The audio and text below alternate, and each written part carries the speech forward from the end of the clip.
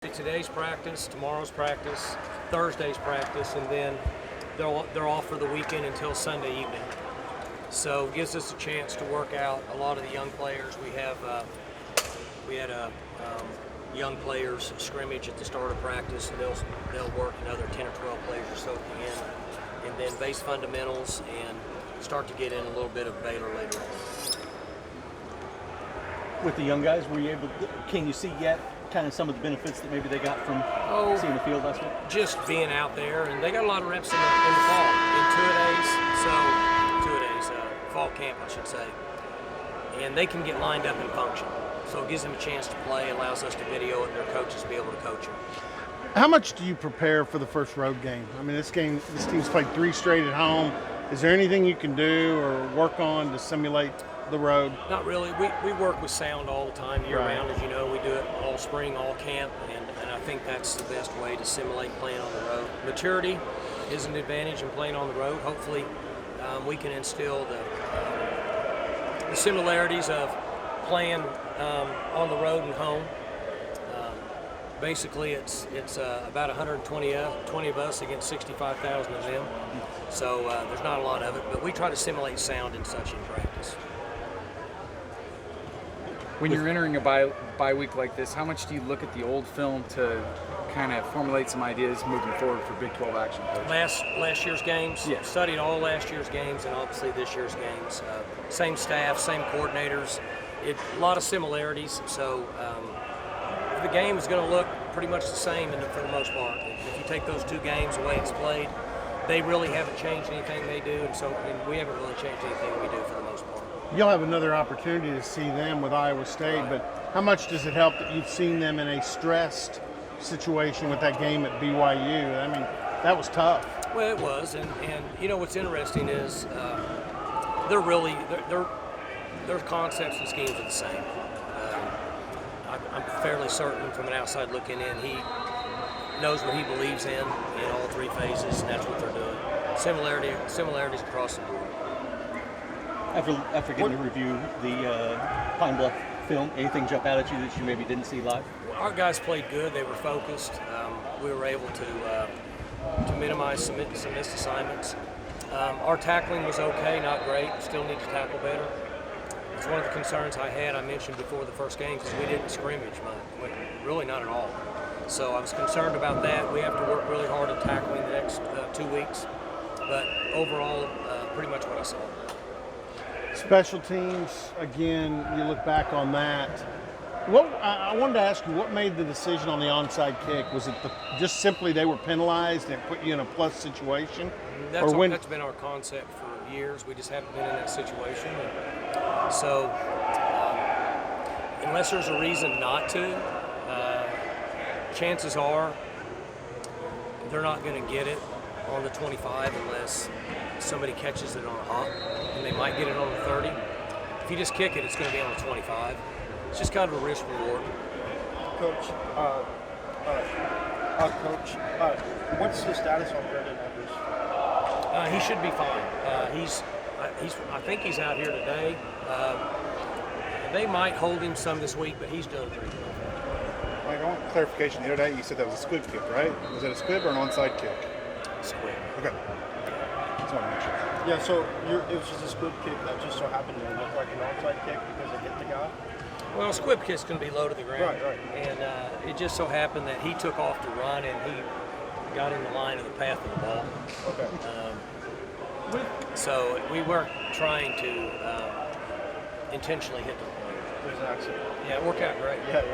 Coach, looking back at Spencer from his freshman year to now, how have you seen, obviously he's matured over time, but how have you seen how's the play calling change from like his freshman year to now? I mean, have you taken the leash off him a little bit? I mean, I'd imagine. Yeah, he can do whatever he wants in our offense. We don't back him off at any.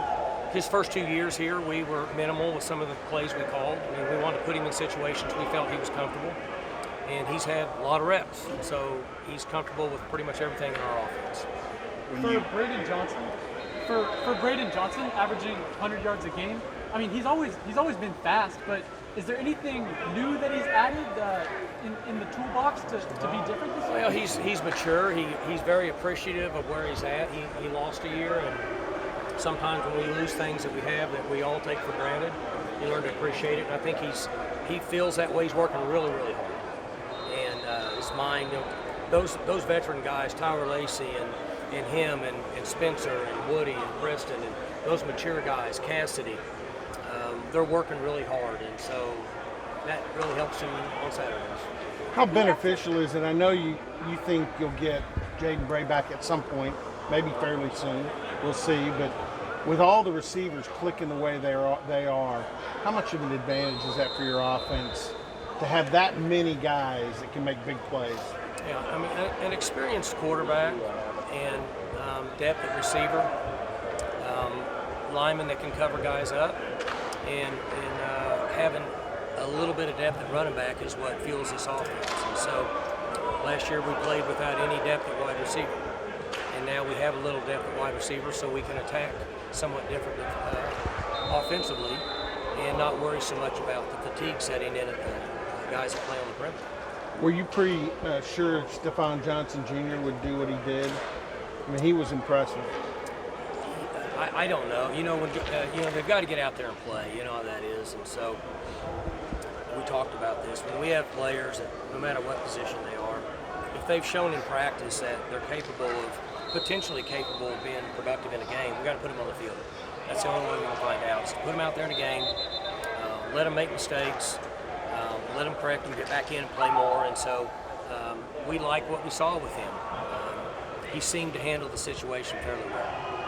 As a whole, how do you feel like the first 3 games of the season have prepared you for conference play? You never have enough practice. Coaches, always feel like they wish they had more practice.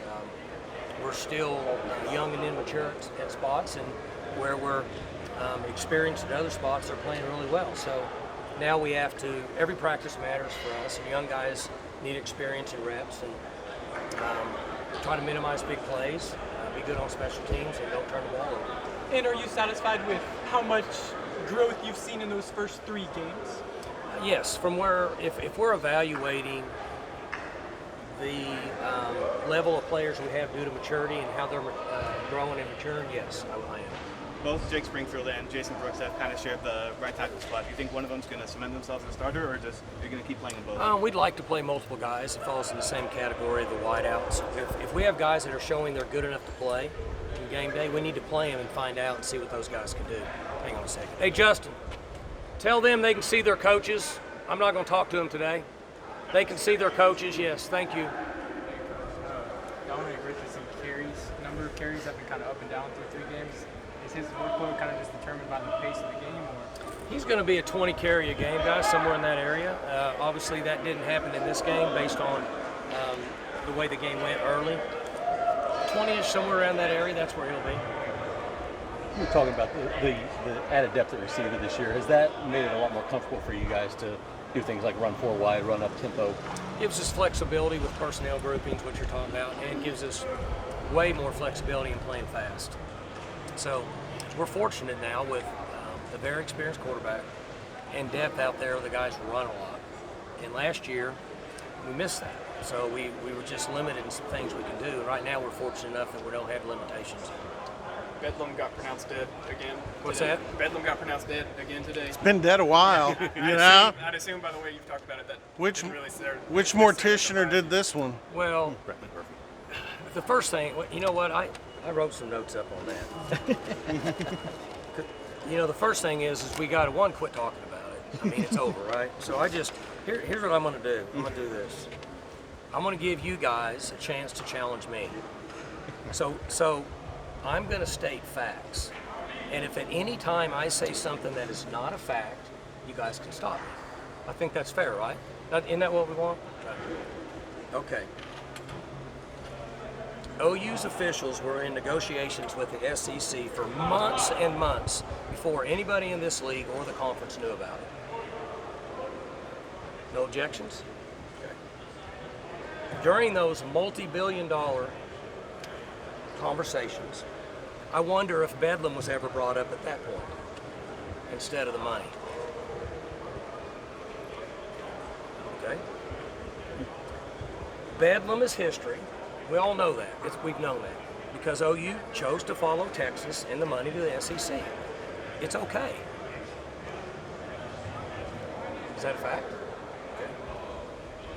So now, we're having what I think are childish discussions, in my opinion, okay, over something that's done. And I would like to make this the last statement I have, because I have no hard feelings, but what's going on now is almost a situation with a husband and a wife, or a girlfriend and a boyfriend. When you know you're dead wrong and you try to turn the table and make them think they're wrong. When Oklahoma State has no part in this. We didn't have anything to do with their negotiations with the SEC. We didn't have any choice on choosing to leave the conference. They did. So everybody needs to get over it and move on and quit trying to turn the tables. It's somewhat comical that they still want to bring us into this equation.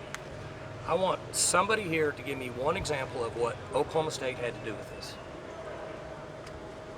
I'm listening, really, and this is like, I'm not the head coach, I'm just a guy on the street. I just want somebody to tell me what one thing that myself, Chad Weiberg, or Dr. Schrum, or our regents had to do with any of this going on. So let's not turn the tables. Let's just say, hey, look, we chose to follow Texas and take the money, and we're going to the SEC. It's all good. But let's quit talking about it, and let's talk about football. That's the way I feel about it. No hard feelings. And I like Joe C., but it is what it is, right? We got to quit beating around the bush and call it the way it is. You even like Chris Del Conte. Yeah, I mean, but we don't hear anything about him. So Mike, this is Chris is trying to figure out a way to spend all the money that he has in his budget. So he's busy. He is. This isn't your sport, but would you want to see Cowboy sports that are non-football play OU? Those things are over my head. So one thing I do not have to worry about is what the other sports do. And it's all irrelevant for a lot of reasons, I think we all know, but people have kind of been beating around the bush instead of just calling it like it is. And I hope this will end it from Oklahoma State standpoint. If Dr. Schrum and Chad Weiberg and the other head coaches, and then Joe Castiglione and whoever makes the decisions down there decide to play the other sports, I think that's awesome. But that's not something that I play a part in.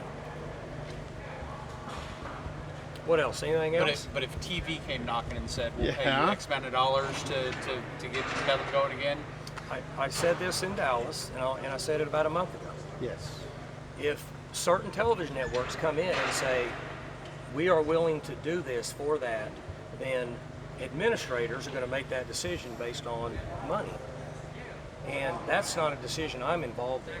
If Chad Weiberg or Dr. Schrum comes to me and says, look, this has been worked out based on an exorbitant amount of money, I'm going to say, okay, I get it. I'll do whatever I'm told. But highly unlikely based on the circumstances of the way it's sitting at this particular time. Good?